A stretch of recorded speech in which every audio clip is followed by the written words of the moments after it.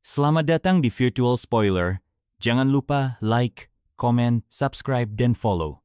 Sebelum videonya dimulai, Mimin mau meminta tolong ke kalian semua untuk bantu channel ini agar bisa monetisasi dengan cara subscribe channel ini dan selalu menonton video terbarunya. Terima kasih. Kita lanjut ke videonya. Chapter 784. Berbeda dari orang ke orang. Wajah Pei Jiuqi mengeras saat ia meraung dan mengepalkan jarinya di udara. Kekuatan yang luar biasa menekan Yun Xiao dari segala arah. Ruang di sekitarnya bergetar, seolah akan hancur berkeping-keping. Aku harus mengakui, kekuatan mentalmu memang bagus. Tapi aku ingin tahu, apakah tubuhmu sekuat mulutmu? Yun Xiao mengangkat alisnya dengan heran, lalu tersenyum tipis. Nada bicaramu mirip sekali. Sekarang aku percaya kau memang ayah Pei Mingyuan. Ia menepuk ringan dengan tangan kanannya. Cahaya dingin mekar, dan suhu di sekeliling langsung turun drastis. Embun beku pada pedang es berubah menjadi bunga-bunga kristal yang membelah ruang. Tekanan besar yang menghimpitnya seketika lenyap. Pei Jiuqi terkejut. Keraguan tampak jelas di matanya. Sekilas saja sudah terlihat bahwa pedang Yun Xiao adalah artefak tingkat 9. Serangan barusan juga membuktikan bahwa ia sama sekali bukan Martial Grandmaster biasa. Setidaknya ia sudah berada di ranah Martial Supreme. Itu berarti ia pasti memiliki harta yang bisa menekan aura kultivasinya. Hati Pei Jiuqi mulai goyah. Kota Yanwu sekarang telah menjadi gunung spiritual yang tidak kalah dari 7 negara adidaya. Ketika Gunung Meru runtuh, 2 Martial Sovereign bergelar bahkan muncul. Bersama tanda suci dari Tanah Suci, banyak orang kuat akhirnya menahan keserakahan mereka dan memilih menunggu. Kini, melihat harta Yun Xiao, ketenangannya, serta sikapnya yang santai, Pei Jiuqi semakin bimbang. Jika anak ini benar-benar didukung Martial Sovereign bergelar, bukan hanya dirinya, bahkan seluruh Villa Liuli pun tidak mampu menyinggungnya. Kota Bulan Merah sendiri pernah menyinggung seorang Martial Sovereign dan hampir membuat salah satu dari 3 keluarga bangsawan besar terusir dari benua. Ekspresi Pei Jiuqi semakin buruk. Ia tidak tahu harus maju atau mundur. Akhirnya ia berkata dengan suara dingin, "Kau memang punya kemampuan.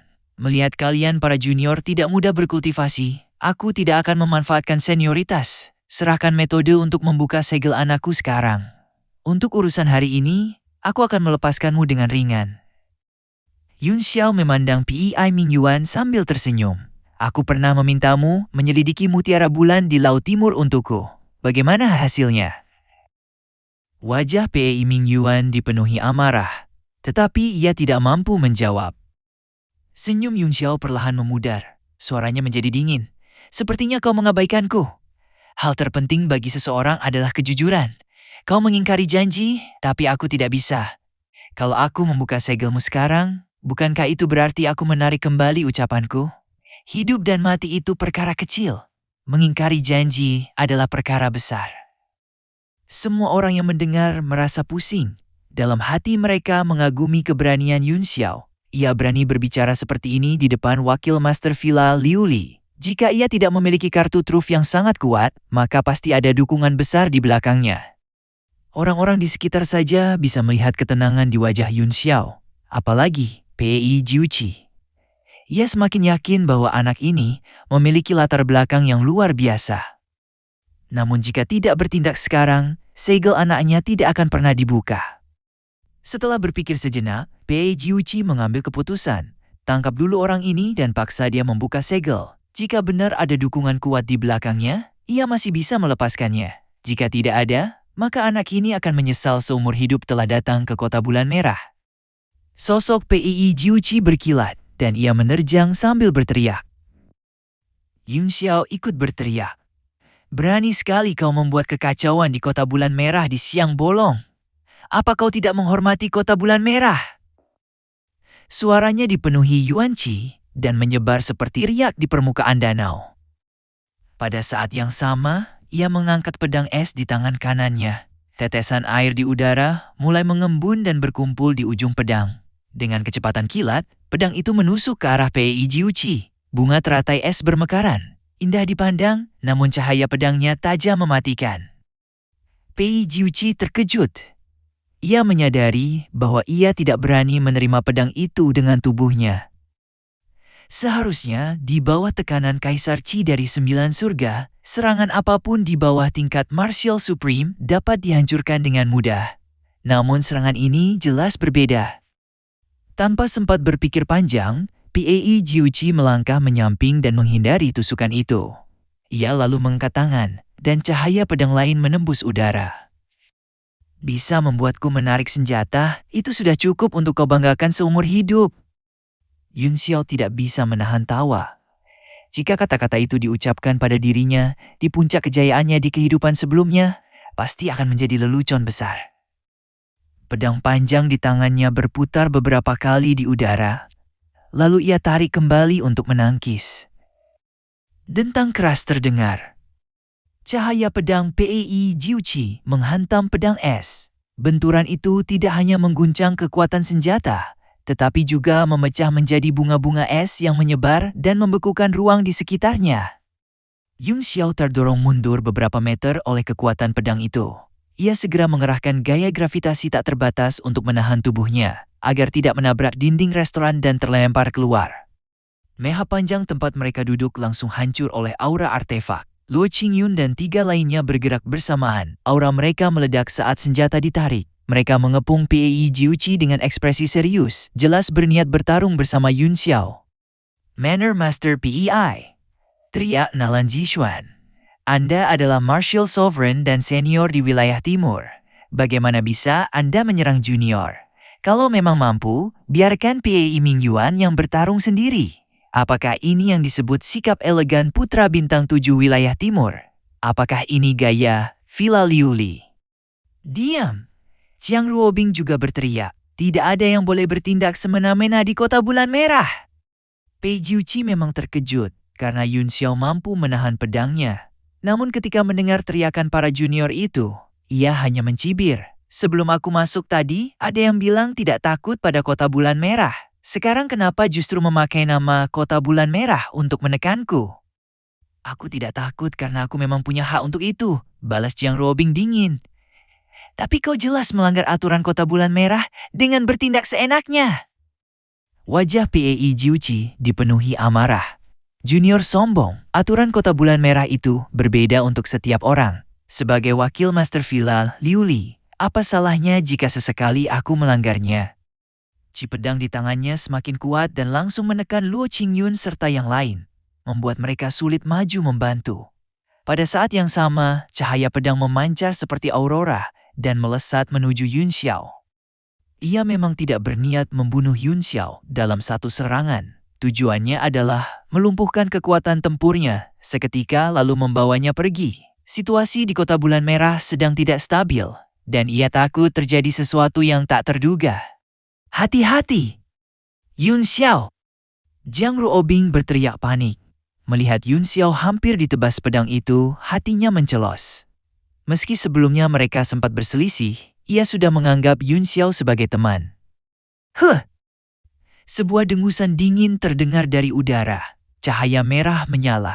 Sinar pedang melesat dan menghantam pedang Pei Jiuqi, menimbulkan pusaran angin yang mengguncang seluruh restoran. Bangunan itu nyaris hancur. Sosok merah itu mengepalkan tangan. Sebuah lubang hitam muncul di udara dan menyedot seluruh sisa kekuatan benturan. Dalam sekejap, semuanya kembali tenang. Pei Jiuqi terkejut melihat sosok merah berdiri di hadapannya. Orang itu memegang pedang, wajahnya dingin tanpa ekspresi. Aura membunuh yang dipancarkannya membuat udara terasa membeku. Kau adalah... Pei Jiuqi langsung waspada. Ia mengangkat pedang di depan tubuhnya, berjaga penuh. Ia khawatir tidak mampu menghadapi serangan mendadak itu. Jiang Ruobing sempat menunjukkan ekspresi gembira saat melihat pria tersebut, tetapi ia segera menahannya. Ia memalingkan wajah, takut isi hatinya terbaca. Ikut denganku. Pria itu berbicara dengan nada datar sambil menatap langit-langit, seolah tak satu pun orang di hotel itu layak diperhatikannya. Pergi? Aku? Kemana? Pei Jiuqi tercengang dan bertanya dengan penuh kewaspadaan. Pria berbaju merah itu hanya mengucapkan 2 kata. Penjara bawah tanah. Apa? Penjara bawah tanah Kota Bulan Merah. Pei Jiuqi terkejut. Namun sesaat kemudian, ia menghela napas lega. Tadi ia sempat mengira pria ini adalah pendukung Yun Xiao. Jika itu benar, situasinya akan jauh lebih rumit. Ternyata orang ini berasal dari Kota Bulan Merah. Itu justru membuat segalanya lebih sederhana. Jadi Anda adalah penguasa Kota Bulan Merah. Bolehkah saya tahu nama Anda? Wajah pria itu tetap tanpa ekspresi. Aturan Kota Bulan Merah memang berbeda bagi setiap orang. Aku tidak pernah menyangkal itu. Misalnya, jika para penguasa dari wilayah suci atau lautan formasi jiwa datang, atau jika seorang Martial Sovereign turun tangan, kami tidak akan peduli, meskipun mereka membuat keributan atau membunuh orang. Terus terang, kami memang tidak peduli. Tapi, kamu tidak memenuhi syarat. Ikut denganku ke penjara bawah tanah. Pei Jiuqi segera berkata, saya wakil Master Villa, Liu Li, Pei Jiuqi. Istri saya juga berasal dari Kota Bulan Merah. Cukup. Pria itu melambaikan tangan dan memotong ucapannya. Ia akhirnya menurunkan pandangan dari langit-langit dan menatap langsung ke arah Pei Jiuqi. Jika dalam waktu setengah batang dupa aku tidak melihatmu melapor ke penjara bawah tanah, kau akan mati. Jika dalam waktu setengah batang dupa aku melihatmu bergerak lagi, aku akan membunuhmu. Kata mati itu menghantam hati Pei Jiuqi seperti palu berat. Wajahnya langsung pucat. Detik berikutnya, pria berbaju merah itu sudah menghilang tanpa jejak, seolah-olah ia tidak pernah muncul. Para seniman bela diri di restoran akhirnya tersadar dari keterkejutan mereka. Satu persatu, ekspresi mengejek muncul di wajah mereka. Mereka menikmati pemandangan orang-orang dari Villa Liu Li yang dipermalukan. Pei Jiuqi berdiri terpaku, benar-benar terdiam. Ia tahu betul, jika ia berani menyerang lagi atau menolak pergi ke penjara bawah tanah, ia tidak akan bisa meninggalkan Kota Bulan Merah hidup-hidup. Ayah, apa bagusnya orang itu? Tanya Pei Mingyuan dengan bingung. Ia juga tidak tahu harus berbuat apa. Dengan nada kesal ia berkata, walaupun Kota Bulan Merah kuat, mereka sama sekali tidak memberi wajah pada Villa Liu Li. Ayah adalah wakil master sebuah sekte, dan aku salah satu dari 7 bintang wilayah timur. Mereka terlalu berlebihan. Diam! Pei Jiuqi menatapnya tajam dengan wajah pucat. Semakin anaknya berbicara, semakin besar rasa malu yang ia tanggung.